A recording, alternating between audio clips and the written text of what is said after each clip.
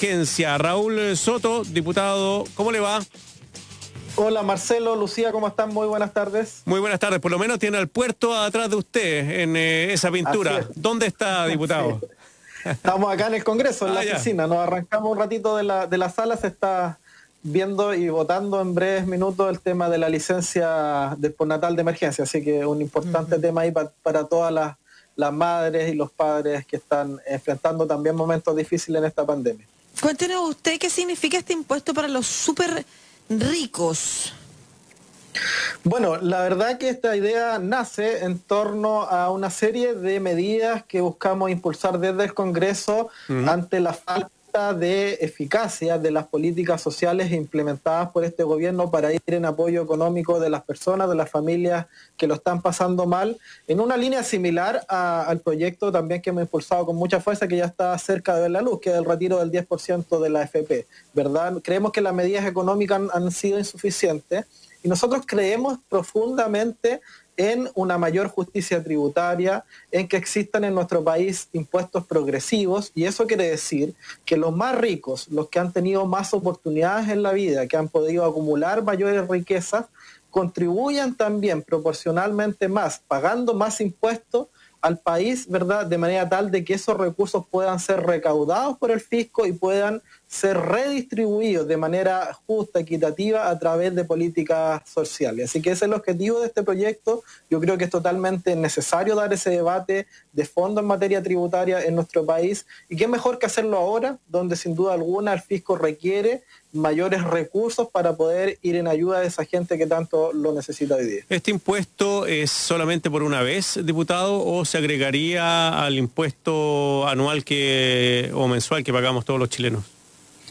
Este proyecto plantea una reforma constitucional a través de un cambio transitorio, es decir, es único, es excepcional, es exclusivamente debido a la contingencia COVID-19 y los efectos económicos y sociales de esta pandemia, y por lo tanto permitiría que por una única vez se recaude el 2,5% de la riqueza de 1.900 chilenos y chilenas, que son los más acaudalados, los más adinerados de este país y que tienen una fortuna o un patrimonio superior a 22 millones de dólares. Si les cobramos este impuesto exclusivo por una única vez de 2,5% a estos 1.900 chilenos y chilenas, podríamos recaudar del orden de 6.500 millones de dólares que podrían perfectamente, ¿verdad?, beneficiar a través de planes de apoyo económico y políticas sociales a los sectores vulnerables y también a la clase media de nuestro país.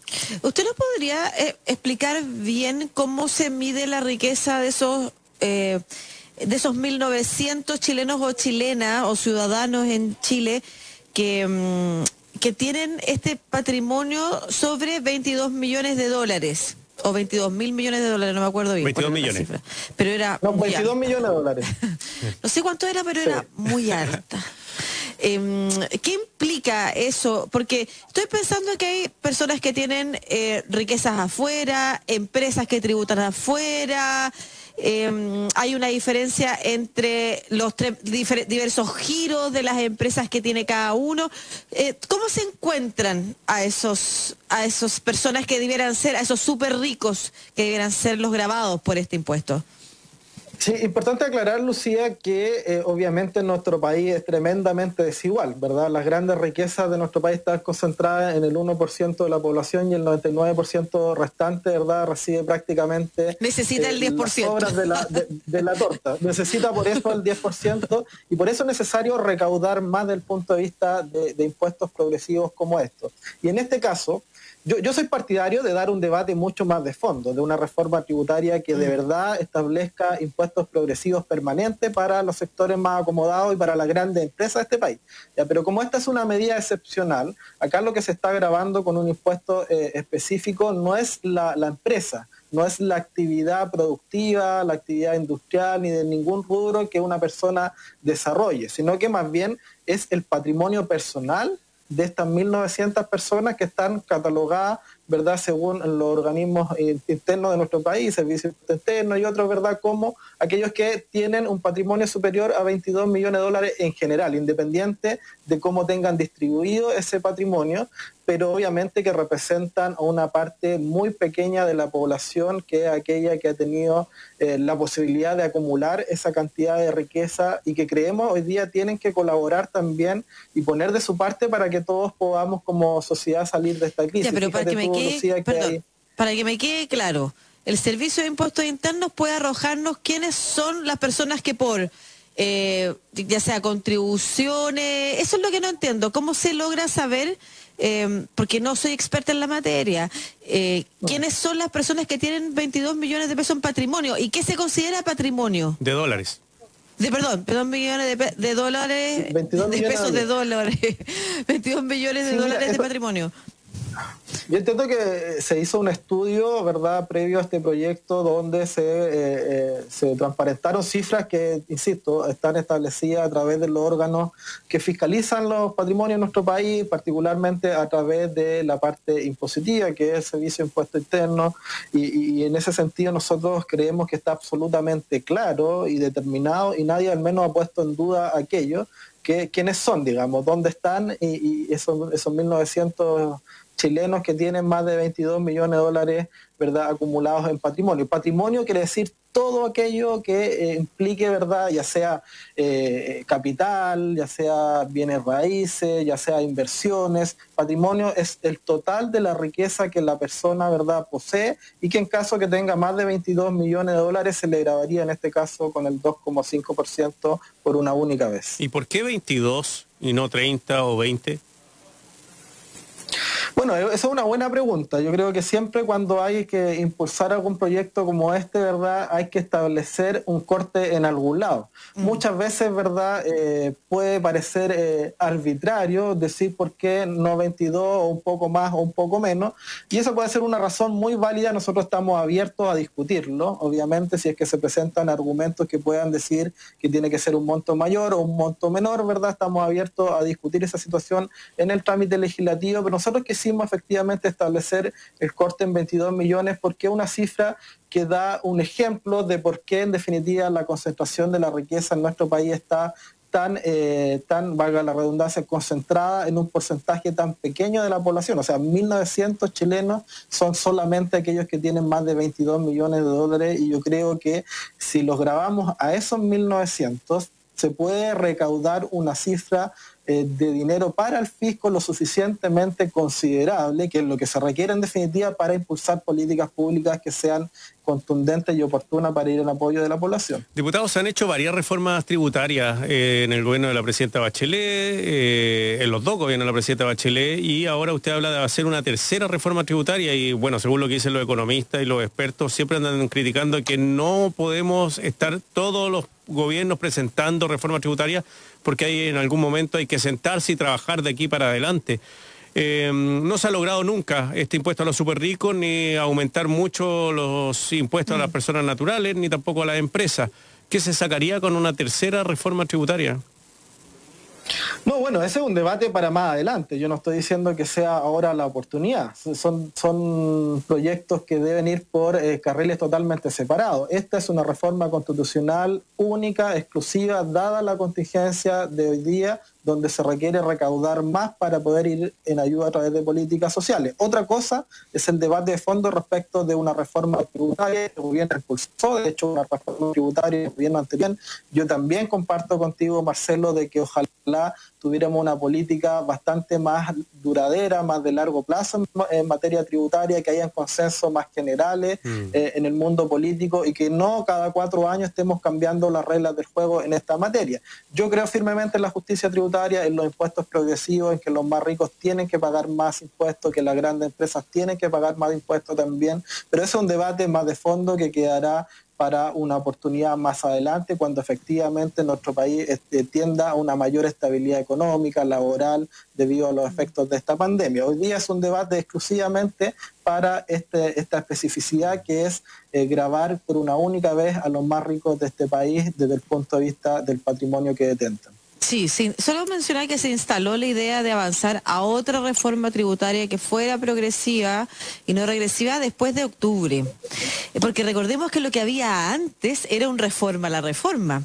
Que la reforma tributaria del gobierno pasado avanzó poco en línea hacia lo que quería avanzar, porque tal como tú lo dices, Marcelo, nunca han estado los escenarios disponibles a tener reformas realmente, o sea, justicia tributaria y tener una escala, un régimen tributario realmente progresivo, ¿no es cierto? Recordemos que en Chile se recauda más por el IVA, que es un impuesto el más regresivo de todo, que por el impuesto a la renta, por ejemplo. Entonces se avanzó poco en esa reforma tributaria y lo que vino a hacer este gobierno fue a reformar las reformas, cosa que quedó detenida y en eso estaba avanzando, quedó detenida a partir de octubre, cuando de nuevo se instala que hay que avanzar en una mejor distribución de la riqueza. Bueno, a propósito de constitución y de reformas, una de las críticas que se está haciendo desde el oficialismo es a que los parlamentarios de oposición están tratando de saltarse la institucionalidad y que esto de poner, por ejemplo, artículos transitorios, como sería este, es una manera de no respetar la Constitución. ¿Qué dicen ustedes? No, yo creo que justamente lo contrario. Lo que estamos haciendo acá es respetar la institucionalidad y respetar la Constitución, porque lo que dice la Constitución es que la facultad exclusiva para establecer leyes en materia tributaria es del presidente de la República, pero nada dice respecto de reformas constitucionales en esta materia. Entonces nosotros estamos respetando la iniciativa exclusiva de ley del presidente de la República, pero lo que estamos haciendo acá es planteando un cambio, ¿verdad?, excepcional, como digo, a través de una norma transitoria, vía reforma constitucional, y nada impide que eso pueda, en definitiva, respetando la propia Constitución y la institucionalidad vigente en Chile, seguir adelante como ha seguido el mismo camino incluso el proyecto de retiro de fondos del 10% de AFP, que hoy día ya está prácticamente a un paso de ser una realidad en nuestro país, y la verdad que ha habido un debate jurídico en torno a si es la herramienta más apropiada o no, pero sin duda alguna que es respetando la Constitución y respetando la institucionalidad, que obviamente requiere constituir los quórum altos que se requieren para una reforma constitucional, que son bastante más altos que un proyecto de ley, pero eso más bien es un tema político que tendrá que irse construyendo en el camino del trámite legislativo, pero yo no comparto aquellos argumentos de que acá se está estableciendo un resquicio por la Constitución para romper un poco ese tema, sino que más bien se está justamente buscando respetar la iniciativa exclusiva del presidente, y por eso se aborda como una reforma constitucional. Estamos conversando con Raúl Soto, diputado del Partido por la Democracia en Estación Central de Radio Usach. Por último, por lo menos por mi parte, diputado, me gustaría preguntarle, el fin de semana se habló de que el PPD y el PS se van a fusionar, van a transformarse en un solo partido. No sé cuál es su opinión de eso, por lo menos lo planteó el senador Guido Girardi, que algo pesa en el PPD. Sí, pues. No, yo creo que es una idea bastante considerable, que hay que tener sobre la mesa, que hay que evaluar, que hay que ponderar.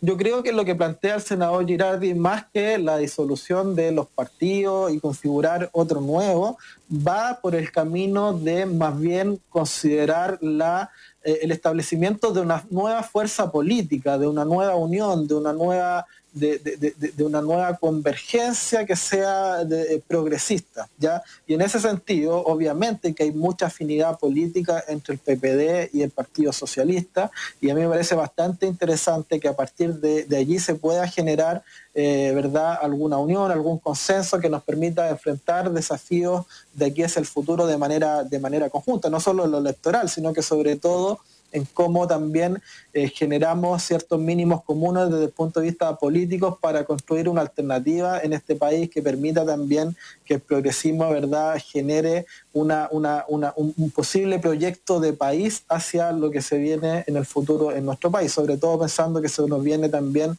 un plebiscito, ¿verdad?, que puede dar paso a una nueva constitución y por lo tanto también a las nuevas reglas del juego que queremos para Chile de aquí al futuro, cómo construimos una sociedad más justa, más equitativa, más solidaria, que entregue dignidad a todos los chilenos y chilenas. Y yo creo que eso es algo que podemos compartir y sobre lo cual se puede trabajar algún tipo, ¿verdad?, de convergencia. Yo creo que manteniendo las estructuras partidarias, pero generando una sinergia que permita hacer propuestas comunes al país. Bueno, Raúl Soto, diputado del PPD, muchas gracias por esta conversación entonces que nos deja al día respecto de este proyecto que se empieza a discutir ¿cuándo? El día jueves en la Comisión de Constitución. Perfecto. Muchas gracias, diputado. Un abrazo, que esté bien. Muchas gracias. Buenas tardes. Buenas tardes. Ya, pues, estimada Lucía.